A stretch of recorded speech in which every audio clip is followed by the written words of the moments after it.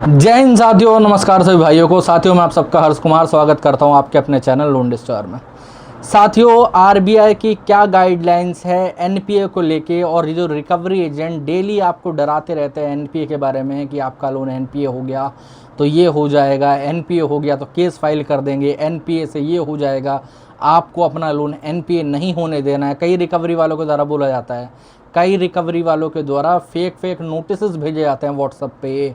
आपको कई बार official notice भी आएंगे जिनमें लिखा रहेगा कि आपका लोन एनपीए होने वाला है, आप इतनी पेमेंट करवाइए वरना आपका लोन एनपीए हो जाएगा, आपको बहुत ज़्यादा दिक्कत हो जाएगी।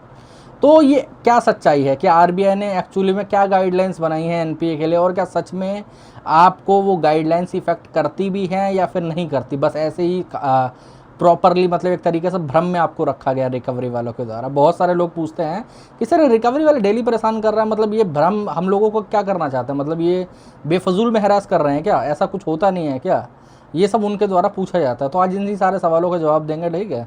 पूरा आप लोगों का जो भी डाउट है सब क्लियर करेंगे, ठीक है। और अगर और कोई डाउट वगैरह आपका कुछ रह जाता है तो कमेंट सेक्शन में मुझसे पूछ सकते हो, ठीक है। उसके ऊपर हो सकेगा तो मैं वीडियो बना दूंगा अलग से, ठीक है। और साथियों लोन संबंधित कोई भी प्रॉब्लम है, कोई लोन रिकवरी वाला परेशान कर रहा है, कॉल बहुत ज़्यादा आ रही हैं, कोई नोटिस आया है, कोई केस हुआ, ऐसी कोई भी दिक्कत परेशानी है, ऊपर नंबर आ रहा है, व्हाट्सअप पर मैसेज कर सकते हो, व्हाट्सअप के माध्यम से हमसे जुड़ सकते हो, ठीक है।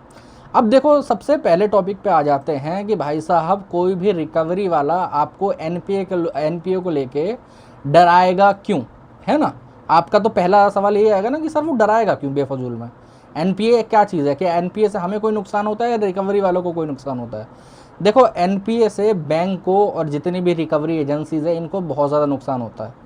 दरअसल एनपीए कस्टमर के फ़ायदे की चीज़ है, मैं आपको समझाऊंगा कैसे, ठीक है। बहुत सारे लोग ज्ञान देने आ जाते हैं कि एनपीए हो गया तो दोबारा लोन नहीं मिलेगा, ये नहीं होगा, वो नहीं होगा। मैं उन सभी पे कह देना चाहता हूँ, सीधी सी बात है भाई साहब, दोबारा लोन वाली जहाँ तक बात रही ना, तो सिविल तो आज नहीं तो 3 साल बाद जाके ठीक हो ही जाएगा, ठीक है। सेकेंडरी चीज़ ये है, आपके ऊपर मल्टीपल लोन्स इतने ज़्यादा हो चुके हैं ना अभी कि अभी फ़िलहाल में आपको अपनी जान बचानी है, ओके। अगर आप भरने गए तो आप लोग अपना क्या कहते हैं प्रॉपरली बहुत ज़्यादा लोड अपने ऊपर डाल लोगे, और इसी लोड के चलते बहुत सारे लोग गलत कदम उठा भी लेते हैं। मैं जेनुअनली कहूँ तो समझ रहे हो, बेशक लीगली उनका कुछ नहीं हो सकता, बट वो अपने माइंड के ऊपर इतना ज़्यादा लोड ले लेते हैं ना कि वो बहुत ज़्यादा परेशान हो जाते हैं, ये चीज़ है। तो आप लोगों को इस परेशानी से बचना है, मैं जेनुअनली कहूँ तो। लोन तो 10 लाख का हो, 50 लाख का हो, आज नहीं तो कल आप सेटल कर लोगे, सीधी सी बात है। और अगर सेटल नहीं भी कर पाए तो वो ख़त्म हो जाएगा, क्या दिक्कत आ रही है, चलता रहेगा जैसे चल रहा है, और क्या होगा, समझे। 3 साल बाद तो वैसे भी लोन एक तरीके से माफ़ हो जाता है प्रॉपरली, अगर बैंक वगैरह ने कोई केस ना करा हो तो क्या दिक्कत आ रही है ना। अब देखो एनपीए ना, एक चीज़ मैं समझाता हूँ कि एनपीए बैंक के लिए एक बहुत ऐसी हड्डी है ना जो वो उगल सकते हैं और ना निगल सकते हैं, मैं आपको जनरली बताऊँ तो, ठीक है। दरअसल किसी भी बैंक का एनपीए रेशियो अगर बढ़ता है तो वो बैंक दिवालिया हो सकता है, ठीक है। वो बैंक बंद हो सकता है, उस बैंक का दिवालिया निकल सकता है सिंपली। जैसे लक्ष्मी विलास बैंक था, ठीक है, उसका एनपीए रेशियो 26% हो गया था, मतलब 100 में से 26 लोगों ने उसके पैसे लिए और वो पैसे कभी वापसी करे ही नहीं, जिस वजह से जितने भी आरबीआई ने उसको पैसा देना बंद कर दिया, और जितने और जितने लोगों ने डिपॉजिट कर रखे थे पैसे, उन्होंने भी अपना पैसा वापसी निकाल लिया। तो इस वजह से वो बैंक हो गया बंद, ठीक है। सेम घटना होने वाली थी लॉकडाउन से पहले यस बैंक के साथ, बट वो बच गया, आरबीआई ने उसको बचा लिया थोड़ा बहुत जैसे भी करके, वो बैंक बच गया। लेकिन उसका शेयर प्राइस आज भी इतना गिरा हुआ है कि वो आगे उठ ही नहीं पाया कभी भी, ओके। तो इसीलिए बैंक्स क्या करते हैं कि जब भी आपका लोन एनपीए होता है, ठीक है, जैसे ही एनपीए हुआ तो वो उनके लिए एक हड्डी बन गया, जो उनके गले की हड्डी बन गया, ठीक है, बैंक के लिए।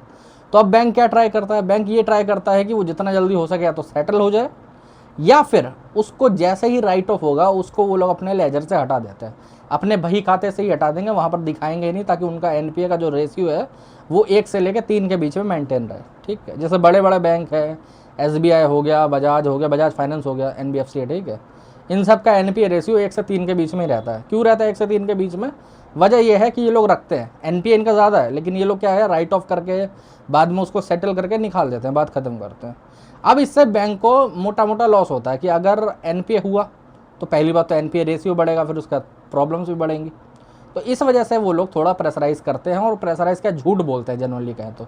मैं आप लोगों को बताऊंगा कि बैंक्स के मैंने कई बार सुना है कि जो हायर ऑफिसर होते हैं ना, वो रिकवरी एजेंसीज को जानबूझ के बोलते हैं कि किसी का एनपीए होने मत दो, चाहे तो खुद से पैसा डाल दो। मैं आपको समझाऊंगा कैसे, ठीक है। अब इसमें क्या होता है, एक चीज़ समझाऊंगा कि इससे एजेंसी का भी नुकसान है, जो रिकवरी एजेंसी है ना उनका भी नुकसान है।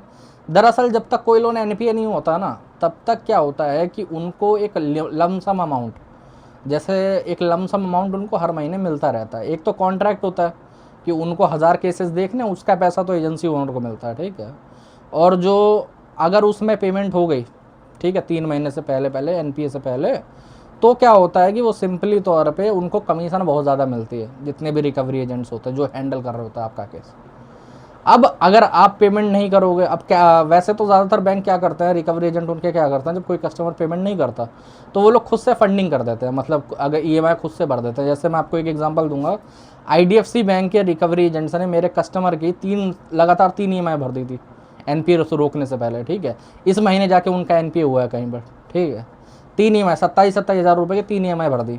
अब कई लोगों को लग रहा होगा वो 27,000 रुपये भाई कहाँ से ले आया वो बंदा, तो मैं बता दूं कमीशन में हो सकता है उसको 27 से ऊपर मिल रहा हो उसके टीम को, इसीलिए उन लोगों ने जोड़ जाड़ के भर दिए, समझ गए। बट ये 2-3 महीने ये लोग कर सकते हैं, तो इसीलिए उसके बाद वो रोक देते हैं। या फिर कभी कभार इनके पास फंड भी नहीं होता फंडिंग करने के लिए, तब ये लोग क्या करते हैं, तब ये लोग आपको अलग अलग तरीके से, कभी पुलिस बन के, कभी एडवोकेट बन के, कभी ये बन के, कभी वो बन के, आपको अलग अलग तरीके के फेक नोटिस भेजाएंगे जिनमें लिखा रहेगा दिल्ली पुलिस की गाइडलाइंस है, आरबीआई की गाइडलाइंस है, कोर्ट से आपका ऑर्डर निकल चुका है, आपके नाम का वारंट इशू हो चुका है, फलाना ढिमकाना, इस तरीके की 10 बीमारियाँ लिख के रहेंगी सिर्फ एनपीए रोकने के लिए। अब एनपीए आपके लिए बेनिफिट कैसे करता है मैं आप लोगों को समझाऊंगा। जैसा कि वीडियो की शुरुआत में मैंने कहा था, एनपीए के तुरंत बाद बैंक चाहता है कि आप सेटलमेंट कर लें, ठीक है।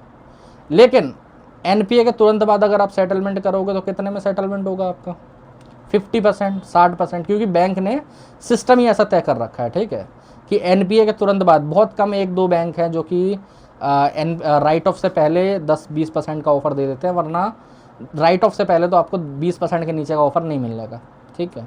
बहुत कम बैंक है, जैसे आईडीएफसी बैंक है वो दे देती है 20% से नीचे का ऑफर राइट ऑफ से पहले पहला, ठीक है।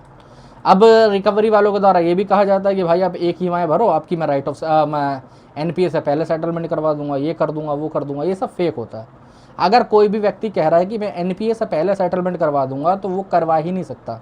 बैंक वाले खुद भी नहीं करवा सकते एनपीए से पहले सेटलमेंट, क्योंकि जो पूरा बैंकिंग सिस्टम है ना, इसमें तय करा गया है कि भाई साहब 3 महीने के बाद जैसे 3 ईएमआई डिफ़ॉल्ट होंगी, एनपीए होगा, उसके फिर 6 से लेके 9 महीने के बीच में राइट ऑफ होगा, राइट ऑफ के बाद केस विंटेज में जाएगा, और फिर इसको जितना कौड़ियों के दाम में ख़त्म कर सकते हो बस ख़त्म करो, अपने ये जो गले की हड्डी है इसको निकाल के फेंको, समझ गए। ये वो लोग चाहते हैं। अब कस्टमर क्या है, कस्टमर कुछ कस्टमर पता आते हैं, मैं आप लोगों को जनरली बोलूँगा, कुछ कस्टमर्स में भी गलती होती है, मैं समझाता हूँ कैसे, ठीक है। हमारे पास बहुत सारे लोग जुड़ते हैं, तो बहुत सारे लोगों का एक कंसेंट सुनने को मिलता है। आएंगे, कॉल बुक करेंगे, और पहला कंसेंट उनका क्या होगा, जी मेरा अभी दूसरा महीना चल रहा है, जैसे ही एनपीए होगा मैं सेटलमेंट करना चाहता हूँ उनका। मैंने बोला ठीक है भाई साहब, कितना आपके पास फंड है, कितना बजट है, ये मैंने पूछा सिंपली। मैं मना नहीं करता कि अगर मान लो आपको अपनी मनमानी करनी है तो आप कर सकते हो, अगर कोई कस्टमर मेरी बात सुनता है तो सुनता है, नहीं सुनता तो फिर वो अपनी मनमानी करता है, मैं जेन्युइनली बोलूँ तो, ठीक है। अब अगर मैं उन पर पूछूँ लोन कितने का, तो कहेंगे 10 लाख रुपए का जी। मैंने बोला ठीक है, तो कितने में करवाना चाहते हो जी, 1.5-2 लाख रुपए का बजट हो जाएगा, आप बताओ ऑफर मिल जाएगा तो ठीक है। अब तुरंत एनपीए के बाद ऑफर कितने का मिलेगा, 5 या 6 लाख रुपए का, ठीक है, क्योंकि अभी राइट ऑफ नहीं हुआ है, विंटेज में नहीं गया केस, विंटेज में जाएगा तो उसके बाद एक अच्छा ऑफर मिलेगा, क्योंकि विंटेज के बाद बैंक जो है वो कौड़ियों में लोन को ख़त्म करना चाहता है, ये बस कुछ पैसे मिले और बस इसको क्लोज करा जाए, ख़त्म करा जाए, ठीक है। तो ये वो चाहता है बैंक। अब लोग घोड़े पे सवार रहता है, लोग तैयार रहता है तुरंत तुरंत। अब वो लोग, कई लोग ऐसे भी होते हैं जो बोलते हैं कोई बात नहीं 5 लाख में होगा, मैं 5 लाख देने को तैयार हूँ, कहीं से उधार ले लूँगा। अब मैं उन पर बोलता हूँ ठीक है आप उधार ले लो, उधार कैसे भरोगे भाई। बैंक वाले तो चलो आप उनकी कंप्लेंट्स करोगे या कुछ भी करोगे तो उनकी रिकवरी वगैरह रुक जाएगी, बट जिससे भी आप ब्याज पे पैसा लोगे वो तो रुकने वाला नहीं है, वो तो आपको डेली परेशान करेगा आके, है नहीं है, और वो आपके जानने वाला भी होगा, आप कहीं जा भी नहीं सकते भाई, सीधी सी बात। तो इसीलिए आपको ना पहले तो अपने वो समझना है कि भाई साहब मेरी अभी फाइनेंशियल स्थिति क्या है, और उसी के बाद उस तरीके से अप्रोच करना है। मेरा एक टेक रहता है हमेशा कि अगर आप लोन डिफ़ॉल्ट कर रहे हो तो आप कम से कम, मेरा जेनुअनली वो है कि कम से कम राइट ऑफ तक का तो वेट करो, उससे पहले सेटलमेंट की बात मत करो, क्योंकि अगर आप कर रहे हो तो आप अपना टाइम बर्बाद कर रहे हो और कुछ नहीं कर रहे। मुझे भी पता है कि आपके पास फंड नहीं हो पाएगा, ठीक है, और आपको भी पता है, बस आपका फ़र्क ये है कि आप अपने आप को झूठा दिलासा दे रहे हो कि मेरा हो सकता है 6 महीने से पहले फंड आ जाए, तो मैं इसको सेटल करके ख़त्म कर लूँगा। अरे भाई जब यार तुम 5-6 महीने रुक सकते हो तो 2-3 महीने और रुक जाओ, राइट ऑफ हो जाने दो उसको प्रॉपरली, क्या दिक्कत आ रही है। ये चीज़ होती है, इस तरीके से काम करा जाता है। और रही बात कि यार सीधे एनपीए होगा उसके बाद केस कर देगा बैंक, ये हो जाएगा वो हो जाएगा, भाई अगर बैंक को केस करना हो तो वो एनपीए के बाद भी कर सकता है, और ना करना हो ना तो वो आप 5 साल भी उसका लोन चला लो, कोई केस नहीं होगा। मेरे ऐसे ऐसे कस्टमर हैं जिनका लॉकडाउन में लोन डिफ़ॉल्ट हुआ था, और आज 6 साल लमसम, लॉकडाउन को अभी 6 साल तो हो गए होंगे लमसम, ठीक है 5-6 साल, आज तक कोई केस नहीं हुआ, और अब उनका एक तरीके से लोन माफ़ हो गया क्योंकि 3 साल से ऊपर हो गया है। अब बैंक चाह कर भी लोन नहीं मांग सकता, समझ गए। तो इसीलिए डरने घबराने की ज़रूरत नहीं है। और कोई भी रिकवरी वाला आपको एनपीए या राइट ऑफ का झांसा दे रहा है, तुरंत उसका फ़ोन काटो या 4 गाली देकर उसको सुना के वहीं पर रख दो, कोई दिक्कत वाली बात नहीं है, ठीक है। कोई डरने की ज़रूरत नहीं, कोई घबराने की ज़रूरत नहीं है। बस अपने माइंड के अंदर ये डाल लो कि आपको अपना सेटलमेंट राइट ऑफ के बाद ही करना है, उससे पहले कोई सेटलमेंट नहीं करनी है। बस बात वहीं पर ख़त्म हो गई। बाकी साथियों आज के वीडियो में इतने। अगर आप लोगों को वीडियो अच्छा लगा हो तो कमेंट सेक्शन में ज़रूर बताएं। अगर और कोई दिक्कत प्रॉब्लम परेशानी है तो ऊपर नंबर आ रहा है, व्हाट्सएप पर मैसेज कर सकते हो, ठीक है। जय हिंद सभी भाइयों को।